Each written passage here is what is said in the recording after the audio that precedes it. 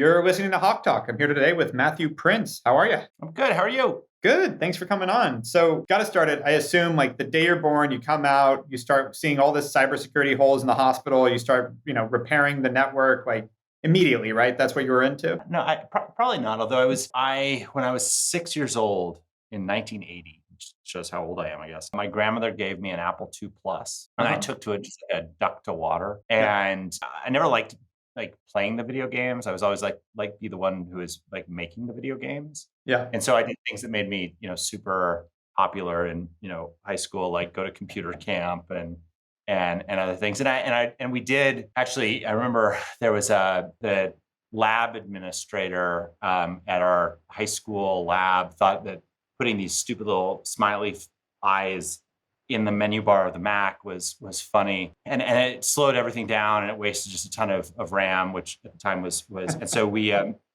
friend of mine and I reprogrammed the lab computers to think that the eyes were a computer virus.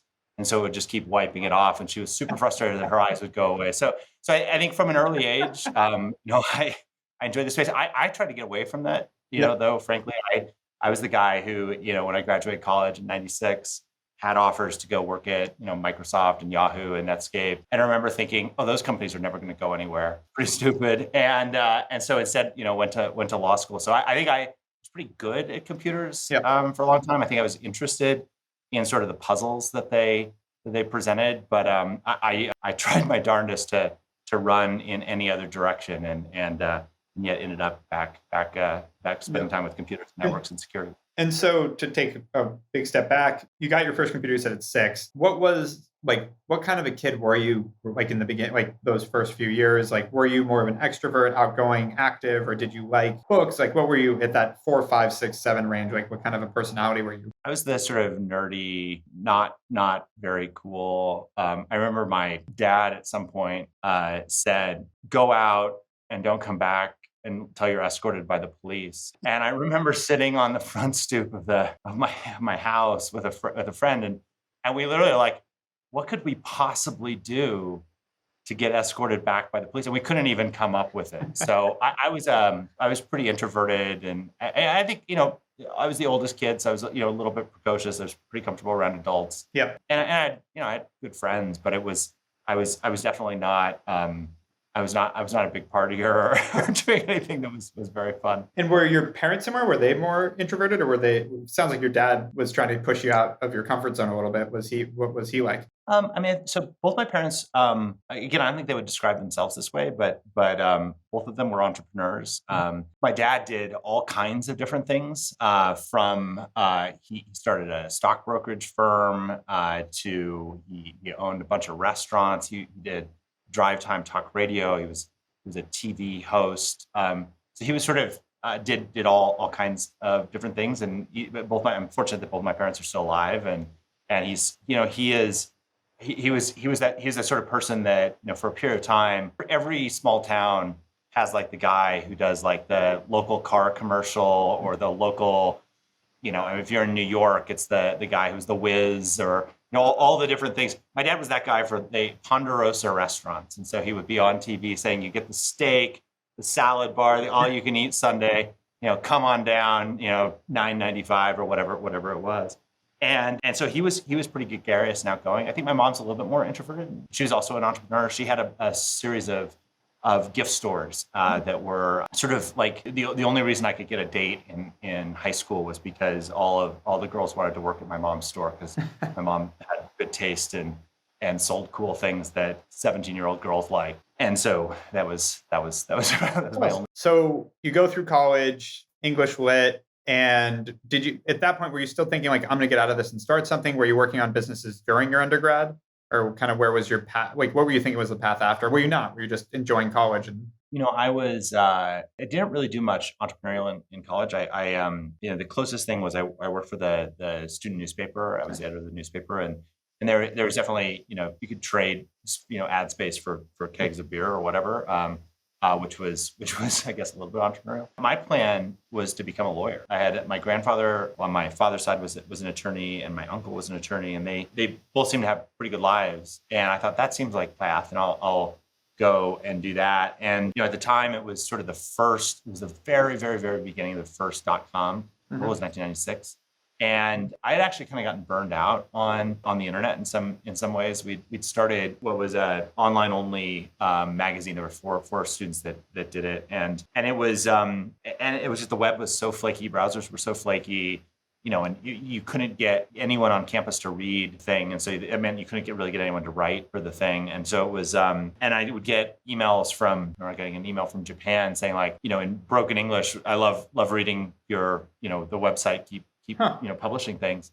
And I remember thinking, why do I care if anyone in Japan is reading this? And it was just incredibly short-sighted to me. And literally wrote my college thesis on why, the internet was a fad, which I guess everything I've done subsequently is a little bit of penance for that. And so I turned down the offers to go work at a bunch of tech companies who were trying to hire me to be, what this thing called a product manager, and I had no idea what that meant. And instead, applied to law school. I ended up deferring admission for a year and worked as a ski instructor for that year. What was the law school thing? I think a little bit. Again, my grandfather and my uncle were attorneys. I was pretty good at standardized tests, and so I did well on the LSAT. And again, that was almost enough reason to put in applications. And I got into a bunch of good law schools. And so I thought, that I know how to do that. I know what that path is like. And I didn't really like any of the other paths that I saw. And again, I really wasn't thinking I would start something at that point. I was just like, okay, this is the thing you go do. And I thought what lawyers did was what you saw on Perry Mason, standing up and arguing in front of courts, which is not what lawyers do. And I remember specifically thinking, I don't want to spend the rest of my life sitting in front of a computer writing code. And yet I've rebooted the entire laptop. It won't let me do it other than Chrome. It's actually pretty quick for a reboot. That was, anyway. Yeah. I've never had the problem. I've never actually had. It says I checked. So I checked the browser cache. It's got plenty of. Well, that's the irony is I think maybe I probably had no one as savvy as you with a computer, but a couple other pretty savvy tech people, but most of them haven't been. And it's funny that, of course, of all places, it happens with you, but all good.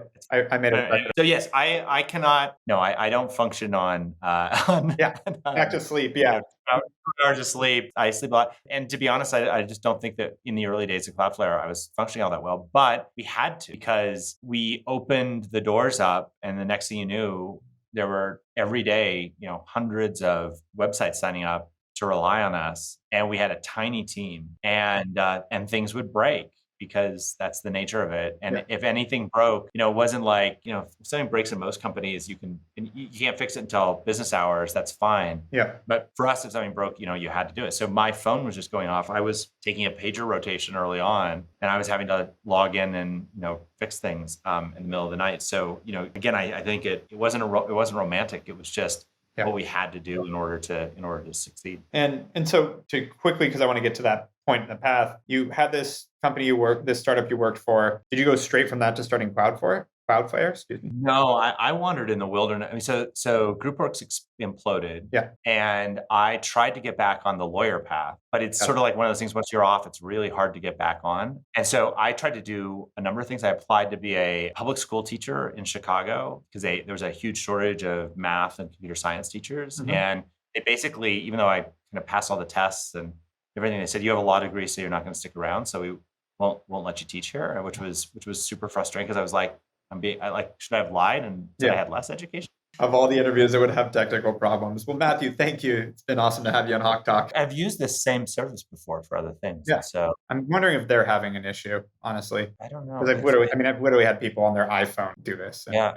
So basic /tower. And I assume your upload speed on your internet, wherever you are, is usually pretty good.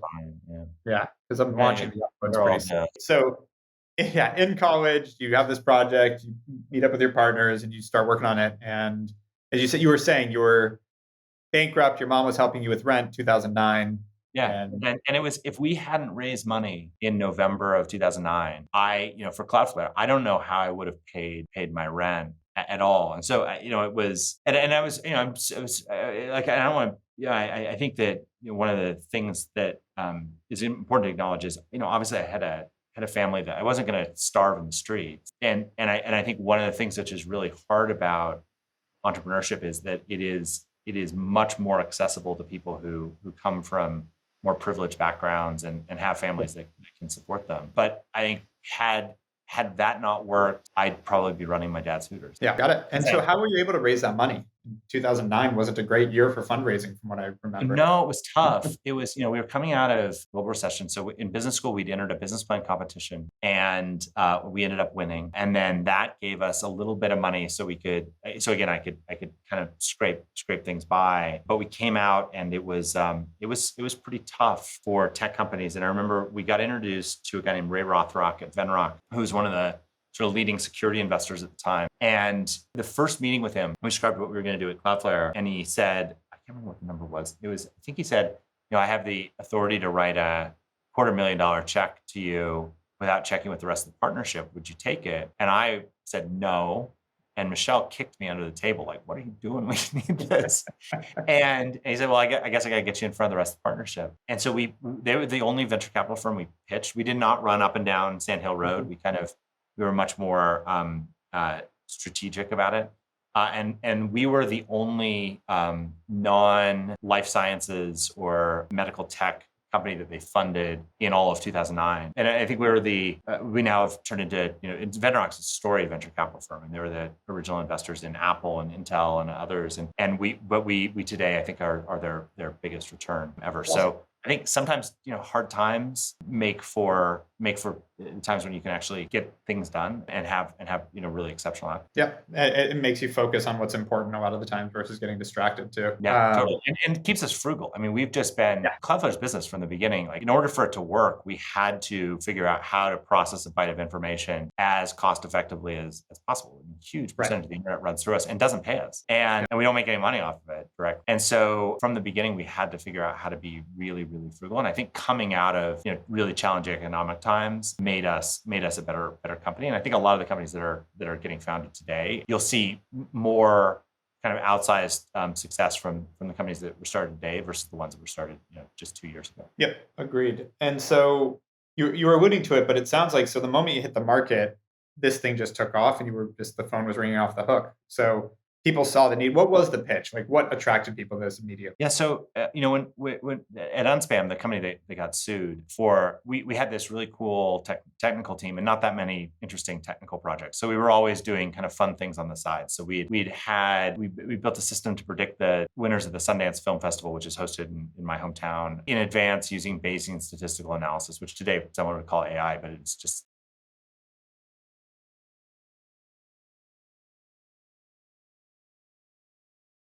And so what the browser plugin would do is it would trade your Google cookie with somebody else's Google cookie. And with the idea being that you can't really eliminate the ability for Google to track you, but you can make it so that the tracking is full of just a bunch of garbage because you mix it together and it can't do it. So call it lost in the crowd. And these are all just sort of fun things that we did kind of on the side to keep a cool engineering team excited about work. And then one of them was a thing called Project Honeypot, which was actually built to go present at Paul Graham, the guy who would go on to start Y Combinator, but this was before he had Y Combinator. He would host a conference at MIT called the MIT Anti-Spam Conference. And I was invited to speak, and I went to Lee. I need some data to talk. It would be great to build something where we can track kind of how the spam economy works. And so we built this thing that would basically hand out unique email addresses to spammers, and you could track, how if somebody who was promoting Viagra spam was also promoting like diploma spam or whatever it was. And it was super cool and got enough data to sort of give a cool talk at Paul's conference. And then we put it in the corner and forgot about it. And every day though, people kept signing up for it. And there were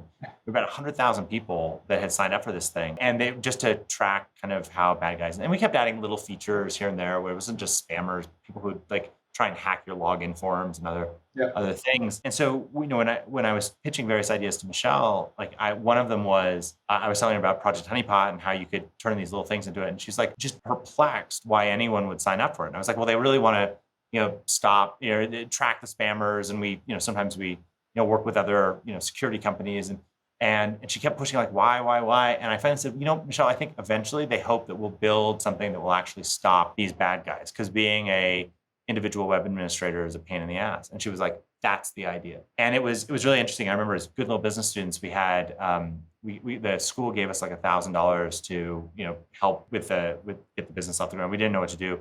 So we signed up for SurveyMonkey and sent a survey out to like 1,000 web administrators. And the first 8, we got like 10 questions in the survey.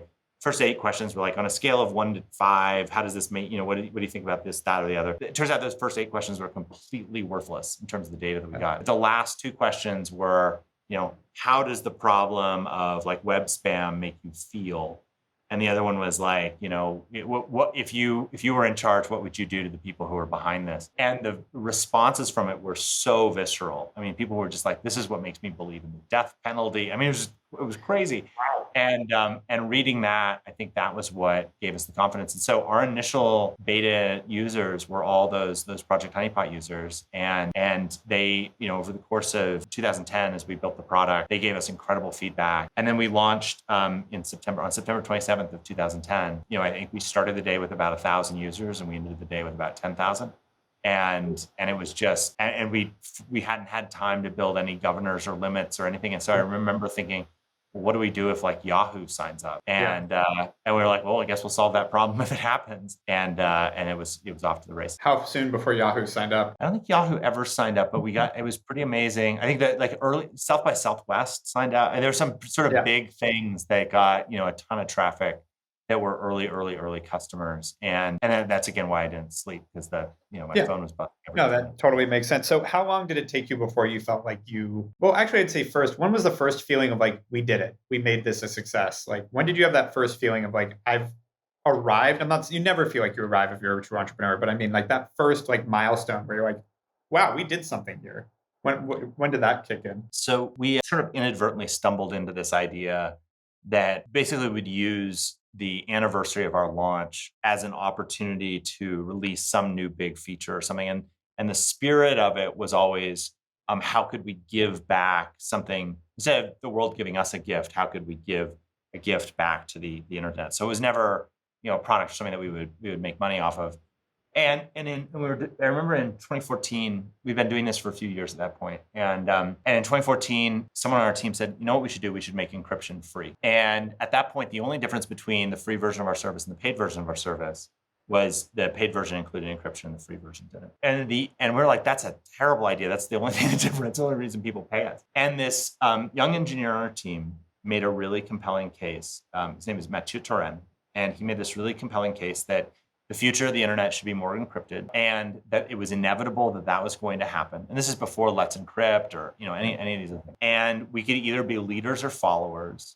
And if we really believed that we were, living up to our mission of helping build a better internet, we should be leaders in the space. And it was this huge challenge because it was a business challenge, because it like, how did we now create other value in our business? And it was a technical challenge because could we handle that much, encryption, decryption tasks? And then even just a challenge in terms of figuring out how we could, you had to buy certificates, and how could we get that many certificates in a cost-effective way? And we kind of pulled it all together right ahead of the launch. And on September 27th of 2014, flipped a switch. And basically, it was supposed to all go on at once. We had a few technical hiccups, so it actually took a couple of days. But there were all these services that would track how much of the internet was encrypted. And they were all kind of bouncing along at a certain percent. And then you saw on that day where we doubled the amount of the internet that was encrypted in effectively a week. And that was, I think, the first moment where I was like, wow, we not only did we, do something that was meaningful, but we did something that was meaningfully better. And we did it for the right reason. And we were terrified that like it was going to completely destroy our business. And the number of people who paid us as a percentage went down ever so slightly. But what went up was, instead of us getting about 100 people signing up a day, now we were getting like between 1,000 and 2,000 signing up every single day. And so how did you monetize that? What was the new monetization strategy if you weren't charging for encryption? We added more features to the paid plans. And again, I think in the spirit of, Clay Christensen was a business school professor of mine, and the sort of idea of the innovator's dilemma is that you've got to keep commodifying yourself, and you've got to keep pushing the features that you used to charge for down.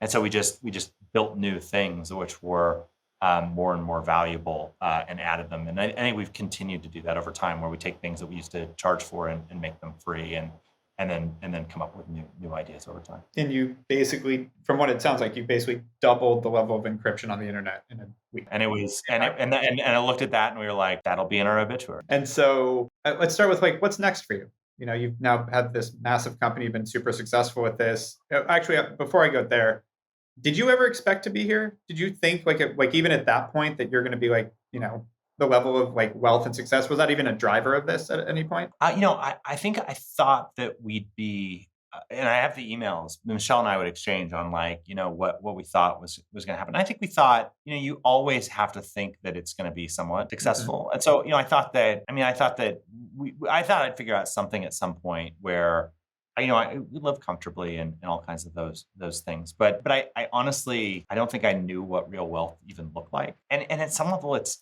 a funny thing. There's not much about once you've gotten comfortable enough that you can pay, you can reliably pay your rent, you can own your own car, you can take your family on vacation, a couple times a year. Cars are cars and houses are houses. And there's not that much of a, I have friends that have very, very fancy cars. And I up until recently didn't even really own a car. I don't think that it's once we got to that point, I don't think it's changed that much. And I have never really kept score based on how many dollars are in my bank account. But it's a lot better today than it was when I was having to borrow money from my mom to pay my rent. That sucked. And that's not that long ago. I mean, you're talking 14 years ago. Yeah. So I think that I thought something would work, and I think I had seen, with my dad and my mom, enough things that they tried that worked, and then the ones that failed, but it kind of averages out over the end, and you make a life for yourself. But I don't think I ever pictured, again, I don't think I even knew what the level of I don't think I really knew what real wealth was. Got it. And so on that note, what's next for you? I think the same thing. Just keep growing and building? I don't, I think, I owe a huge amount to the internet and I think anyone listening to this podcast, does. And if you think back, if you think of 2016 as sort of this interesting turning point, it was a turning point for a lot of different reasons. It's when Brexit happened, it's the Trump elections, there was a bunch of instability in Europe and Asia. But it also was sort of this turning point where we went from sort of this naive version of how we thought of the internet, and I think the symbolic change was in July of 2016, the Associated Press said you no longer have to capitalize the I in internet anymore. And I think that that's the point in time where it went from being this miracle to being this thing where it had, we took it for granted. It's just like oxygen. And now we're complaining at how dirty the air is. And the metaphor, that I use is, it's a little like the 40 years prior to 2016 is like episode 4 of Star Wars, A New Hope, which is a really bad movie if you go back and watch it. I haven't watched it in a while, but I think that was my favorite one, to be honest. It's and it was, it's like there's this magical new thing called, the Force, except for it was the internet. And there were these people called Jedi who controlled it, except for instead of Jedi, it was developers and web administrators. And, they took on the most powerful forces in the universe, this giant Death Star thing, and were able to, with a certain amount of pluck, kind of defeat it. And yet that's exactly what the internet did for traditional sources of power, whether that was government, religion, education, the media, the family. I mean, it's incredibly, incredibly, incredibly disruptive to those things. And I think, there's a lot of things about that that were really good. There were also, we have to acknowledge there were some things that have been really challenging about that. I'm sure there were a lot of very innocent people that were blown up when Luke dropped those things down the shaft on the Death Star. And the movie that comes after Episode 4 is Episode 5, which is The Empire Strikes Back, which is a really good movie if you go back, but it's a really depressing movie. And they had to actually reshoot the ending because people were so depressed, coming out of it, because the hero is his best. The person he thinks is his best friend, steals the girl that he likes, and then he doesn't actually really like the girl, and the best friend gets encased in this plastic stuff, and the girl gets sold off to slug slavery. Meanwhile, the hero, learns that his mortal enemy is his father. It's dark stuff. And yet, I think that's what's happened to the internet. And you just see an enormous set of forces around the world that are pushing to say, well, we're going to put this thing back in a box. And whether that's what's happening in Russia right now, or Iran, where they're trying to recreate what China's doing, whether it's the sort of German government, which again, I think is sort of almost Jar Jar Binks like in trying to do the right thing, but being very ham-handed about it, or Montana banning TikTok. These are things where these are enormous threats to this, what I think of as one of the great inventions of human history, and certainly the thing that I owe, my career and my success to. And so I think the rest of my career will be, hopefully piloting, Cloudflare, which is our own little Millennium Falcon, which is at times feels like a bucket of bolts. But if we can help make sure that the internet, continues to be a viable global network, and it has problems that we should acknowledge, but is mostly a source of good in the world. I can't imagine anything more important to do with the rest of my life. You got to relate it back to the Return of the Jedi too. Well, I don't. The question is when are we going to see the Ewoks? I think I'm not sure I will live to see the Ewoks, but maybe in the final bit we'll have Ewoks dancing in the forest. But we'll see. Could be something to do with all the UFO news coming out. We'll see. Yeah. Last question for you. What would be your one piece of advice for someone that wants to pursue their dreams, whatever that might be, whether it's getting into the internet and that side of things or just anything? What's something that you wish you heard or that you did hear that like really kept you going during that grind in the beginning? I don't know if it's what kept me growing, but it's certainly what I wish I'd done differently, which is Sure. It's amazing how much the just people you meet along the way and the relationships pay off and all kinds of different things. It's the value of any school that you go to is that the people who you meet there, even if you weren't super close while you were there, it's amazing how they wind in and out of your life over that period of time. And so I think, taking the time to sort of honor those relationships and really build them. And I think that the thing I regret, again, it's all worked out really well, but I wish I had the opportunity to go, at some point in my career, work at a Cloudflare or at a Google or at a Facebook or at a company where you could see a little bit more of how it's done. I think a lot of people are trying to sort of rush into that, but if you look at that sort of 10 years of my life between sort of the end of college and the beginning of business school, where I was sort of wandering in the wilderness, there's a lot of that time that I think that I could have learned a lot more and built better networks and done things if I had actually just gone and showed up at a company and really seen what it was like to build a business from there. That doesn't mean that you can't then go off to be an entrepreneur later, but I think that I look at like someone like Michelle who did a little bit more of a traditional track, and I think that she's got a lot more both people and experiences from the business world to pull on, and that's something that I wish I had that I wish I had done more of, and I think it would I think I'd both have a lot more friends, which would be which is super important, and also just probably have made a lot fewer mistakes along the way if I'd just seen just how other people had done it. And you would also have just the confidence of knowing that when everything feels like it's broken internally, it's just because that's how almost always everything feels, regardless of what company you're at. If you're at even the biggest companies in the world feel like a chaotic mess if you get inside of them, and that's kind of just the normal state of play of what success is. I was going to say, running a business, it's just organized chaos at every level. Like Apple, Microsoft, same thing. That's what I've heard from all the leaders. It just continues that way. So and how much everyone is just kind of I love the conspiracy theories that come out about how we're God knows what. And you're just like, I've met all those people. We are not nearly organized enough. That's exactly my response to that stuff. It's like, I'm sorry, like I've seen the simplest of execution get screwed up by every name you just mentioned. Like, no, that is not what they're doing right now. Well, totally. And it's but so much of it is just can you